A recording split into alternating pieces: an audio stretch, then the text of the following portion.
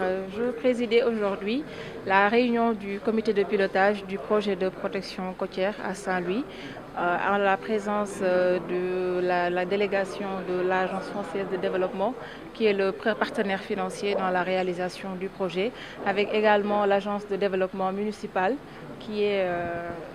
le maître d'ouvrage délégué dans la mise en œuvre du projet, avec également l'ensemble des services techniques déconcentrés et qui sont membres du comité de pilotage. Alors l'objectif aujourd'hui, c'était de procéder à l'examen et à la validation du plan de travail annuel et du budget annuel 2020 du PPCS. Alors le PPS, je voudrais bien le rappeler, c'est un projet qui est venu en appoint d'autres projets qui sont également déroulés dans la langue de Barbarie. Il s'agit du CERP et du projet. Donc c'est venu pour un ouvrage, la construction d'un ouvrage longitudinal de 2150 km, un ouvrage d'enrichissement pour lutter contre l'érosion côtière qui a fini par entamer sérieusement les conditions de vie des populations situées sur la langue de Barbarie, mais également sur leurs activités socio-économiques. Alors le budget de 2020 est chiffré à plus de 5 milliards, pratiquement la moitié du montant du financement consenti par l'AFD avec la contrepartie de l'État du Sénégal qui s'élève à 10 milliards de francs CFA. Alors ça a été validé sans aucune réserve pour leur permettre quand même d'aller directement au lancement et au démarrage des travaux. Alors pas plus tard qu'hier, le président de la République a rappelé en Conseil des ministres l'importance qu'il accorde à la réalisation du dit projet, parce que comme j'ai eu à le dire, l'érosion côtière est en train de causer d'énormes difficultés au niveau de la région de Saint-Louis. Au cours de la salle de la réunion, vous avez beaucoup parlé des recommandations et également de la validation de ce projet. Alors on a parlé de la validation de l'étude d'impact environnemental et social, alors qui constitue pour le bailleur en tout cas une formalité substantielle pour la continuité du projet. On a tenu une réunion de prévalidation et on a émis quelques réserves par rapport à ce rapport-là et qui sont en train d'être corrigées. Donc le cabinet va nous revenir en comité restreint et nous allons également statuer sur ça et le prévalider et passer directement à l'audience publique. Alors je voudrais également souligner qu'au cours de la rencontre, il a été question cette fois-ci et on félicite l'ADM pour ça, d'avoir bien voulu mettre en place, dans le cadre de ce projet-là, un comité de scientifiques de suivi en relation avec l'IRD, l'UGB et l'UCAD. Ce comité scientifique de suivi-là va permettre de superviser les travaux et de suivre les impacts qu'il va avoir 3 ans après la réalisation. Parce qu'il faut le rappeler, les travaux vont durer 18 mois, ils sont prévus pour une durée de 18 mois, mais ils vont rester là. Ce comité de suivi-là, scientifique, va demeurer pour 3 ans pour pouvoir vérifier l'impact qu'il va avoir en aval de l'ouvrage. Parce que, comme je le dis, ce projet-là, c'est vrai, c'est circonscrit à la commune de Saint-Louis, notamment par la partie Guet-Ndar, mais c'est sûr qu'il aura un impact jusque vers sur toute la langue de Barbarie. Alors c'est pour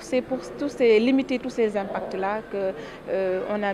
ils ont mis en place ce comité scientifique de suivi-là qui va permettre de mesurer autant que faire se peut ces impacts-là, et c'est une attente forte du bailleur, de l'Agence française de développement, pour pouvoir atténuer, comme je le dis, les impacts au niveau des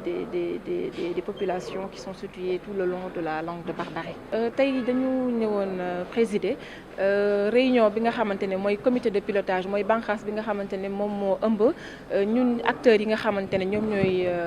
bokk ci projet de protection côtière de Saint-Louis ñu koy wax PPCS te AFD, Agence française de développement, financé ko avec la contrepartie bu État du Sénégal def. Alors tey jii dañu ñëwoon pour saytu budget ak plan de travail bi nga xamante ne moom la ñu nësër pour atum 2020 bi. Donc budget bu ren bi nga xamante ne bu 2020 bi ñu ngi ko chiffré ci juróomi milliards ak lu topp. Bu ngeen gisee sax loolu day nekk xaaju montant bi nga xamante ne nii bailleurs yi def nañ ko ci projet bi te loolu li ko waral mooy que ren jii nag moom liggéey bi dafay tàmbali. Parce que depuis 2019 ñi ngi wax PPS mais boobu ba léegi activités yi nga xamante ne ñoom ñooy am ci wàllu coordination la pour def asseoir maanaam tëral cadre institutionnel bi mooy bànqaas yi ko war a téye ak li ko war a doxal processus bi maanaam. Mais tey bu nga gisee budget bi tey li tax mu gën a yokk nii parce que ñu ngi woon daaw ci 4 milliards parce que ren 2020 bi dañu bëgg defar liggéey bi tàmbali liggéey bi te liggéey bi ne benn ouvrage de protection la ouvrage de protection maanaam loo xamante ne ni dafay muccal population yi ci ñëwum géej gi parce que érosion côtière bi nekk na phénomène ba nga xamante ne ni xeex bu jafe-jafe la te état du Sénégal en relation ak bailleurs yi am na lu mu ci jot a def ci yeneen projet yi ñuy wax SERP ak projet donc PPCS bi dafa ñëw nekk beneen projet boo xamante ne urgence dafa yàkkamti ñëw pour fekk ci projet yooyu ngir gën a mën a jàppale population yi nga xamante ne ñoo féete ci wàllu langue de barbarie bi nga xamante ne érosion côtière bi sonal na leen ci seen wàllu liggéey sonal na leen ci seen wàllu dëkkin ak seen wàllu dundin donc looloo waral tey ñu daje fii. ñu gis ni am na ay recommandations yi ngeen wax ci biir projet bi ak aussi tamit mbir mi dafa nekk ci prévalidation kañ lañ koy valider. Voilà alors comme li jiitu comité de pilotage bi dañu fi defoon un comité régional bu nga xamante ne day saytu loolu ñuy wax étude d'impact bu ñu ko waxee dañuy bëgg parce que liggéey boo gisam day am ay njeexital ci dundinu population yi booy defar nee nañ da ngay mel ni kuy yàq alors yàq-yàq yooyu la ñuy xool naka la ñuy fexe ba nuñ ko mën a saytoo xam yàqu-yàq bu nekk nan la ak naka lay demee ak yenn solution lañ ci mën a apporter ba nga xamante ne du sonal trop askan wi loolu waral nag ñun bi ñu dajee fii ñu ne leen li ngeen ñu jox kat donte jël na en compte yenn préoccupations yi waaye am na lu des delluwaat leen ngeen saytuwaat ko bu ngeen ko indee ñu valider ko bu ko defee ñun ñu mën a tenir audience publique bi maanaam waxtaan ak population yi waxtaan ak ñoom li yëkkati ouvrage bi nga xamante ne dafa ñëw pour di dimbali leen ngir gën a suqali seen activité muy pêche bi nga xamante ne mooy activité dominante bi foofu mais également jàppali leen ci seen wàllu dëkkuwaay loolu moo waral prévalidation bi jàll na mais dañu amoon ay quelques réserves ñu ne nañ dem defaraat cabinet bi dem defaraat tuuti bu ñëwaatee ñun ñu valider ko après ñu mën a continuer mais lii ñu doon def nii tey yàqul dara ci réalisation boobu noonu ndaxte ñoom bu ñu paree rek daañu mën a ñun jublu ci lancement de travaux yi donc c'est l'occasion également ñu remercier waat les partenaires l'AFD remercier également féliciter également l'ADM encourager leen kir ñu mën a gën a gaawal parce que président de la République démb en conseil des ministres ñun ñëpp dégg nañ ko wax na importance solo bi mu jox projet boobu ak yàkkamti bi nga xamante ne ni mi ngi ci mais ñun